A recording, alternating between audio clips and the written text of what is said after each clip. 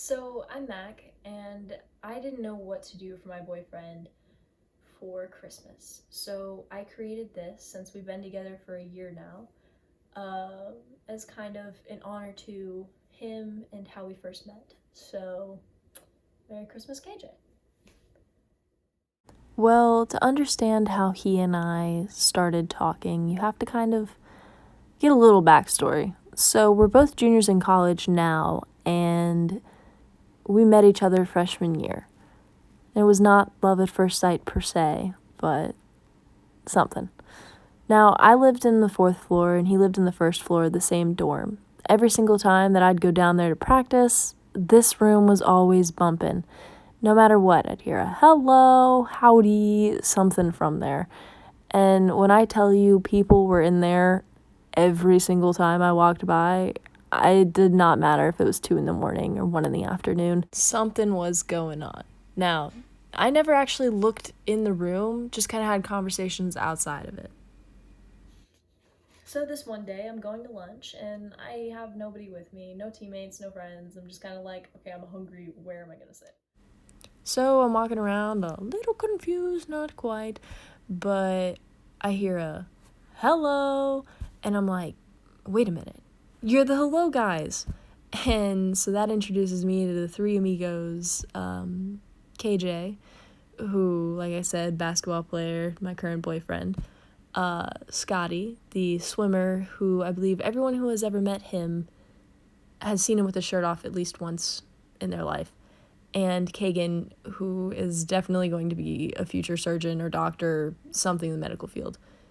Now, honorable mention, she's not as involved in this story, and this picture definitely does not do her justice, but it is called Bella and the Noodleheads. So, Bella, I hope to introduce you in future stories. So, back to sitting at the lunch table. This kind of created a whole new friendship. All of us bonded on kind of a weird level where it's like, yo, where have you been all my life? And it was nothing more than a friendship because at the time, KJ did have a girlfriend. Now, don't get it twisted, I'm not a homewrecker, okay? I really did view him as just a friend at the time. And yeah, just don't do that. But fast forward a year. That being said, he and his girlfriend had broken up, and he came to visit me over the summer. Nothing more than just friends. We were doing trick shots out in the cul-de-sac, cashing it out, living it up. After that summer visit, we didn't really talk that much. Like, we saw each other a couple more times. We kept our Snapchat streak, but it was never like a how you doing kind of thing. It was really just a hey, how's it going? Hope you're doing well. Hope everything's all right. And so, I don't know, maybe a month into sophomore year, he just kind of texted me out of the blue. He's like, hey, do you want to go get Chick-fil-A? And I was like, sure.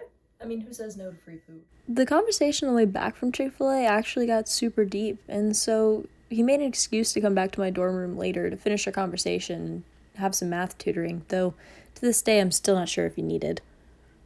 Keep in mind, my roommate was knocked dead asleep right next to us this entire time.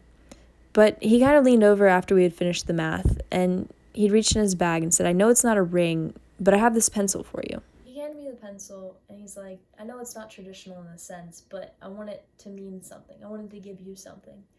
And he said, will you do the honor of talking with me? Now, I've never done the whole talking phase before, so that was new to me already. But what was forefront of my mind was, okay, pencil gesture, very sweet. But this guy is really my friend. And I didn't want to just friend zone him right away. I wanted to give it a chance. So I told him where I was coming from. I was like, can we compromise at least? Can we talk for a week or two and kind of see where we're at? If one of us isn't feeling it, then we can go back to being just friends, like nothing's ever happened. And he was 100% on board with this idea. Or so I thought. Right after this conversation, I'm still holding the pencil. I'm looking at it. Like, this is your only pencil, isn't it? And he kind of sighs and he's like, yeah. I'm like, okay, you can have it back. A month goes by of us just talking. Now, keep in mind, we said a week, maybe 2. But no, an entire month. So I decide that it might be funny if I get him flowers and go outside the social norm, which he actually appreciated. But he took one of the flowers out of the bouquet and looked at it. And he went on this very sweet 10-minute kind of rant about how he's sorry for making me wait for so long, but he knows that it's worth it. And he handed me this flower back. And at this point, I'm like, he's actually going to make it official. He's not going to end things. So he hands it to me. He's like, will you be my girlfriend? Now, you might think I'm all like, lovey-dovey, hard eyes, oh my goodness, yes. But in my mind, I'm really like, are you kidding me? I got you this flower. But that, of course, that's not what I said. I said yes.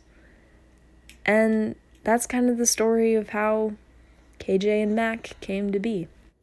A whole lot of stuff has gone down since then that I hope to illustrate with the people who are actually involved in the stories. But, yeah. Merry Christmas, KJ.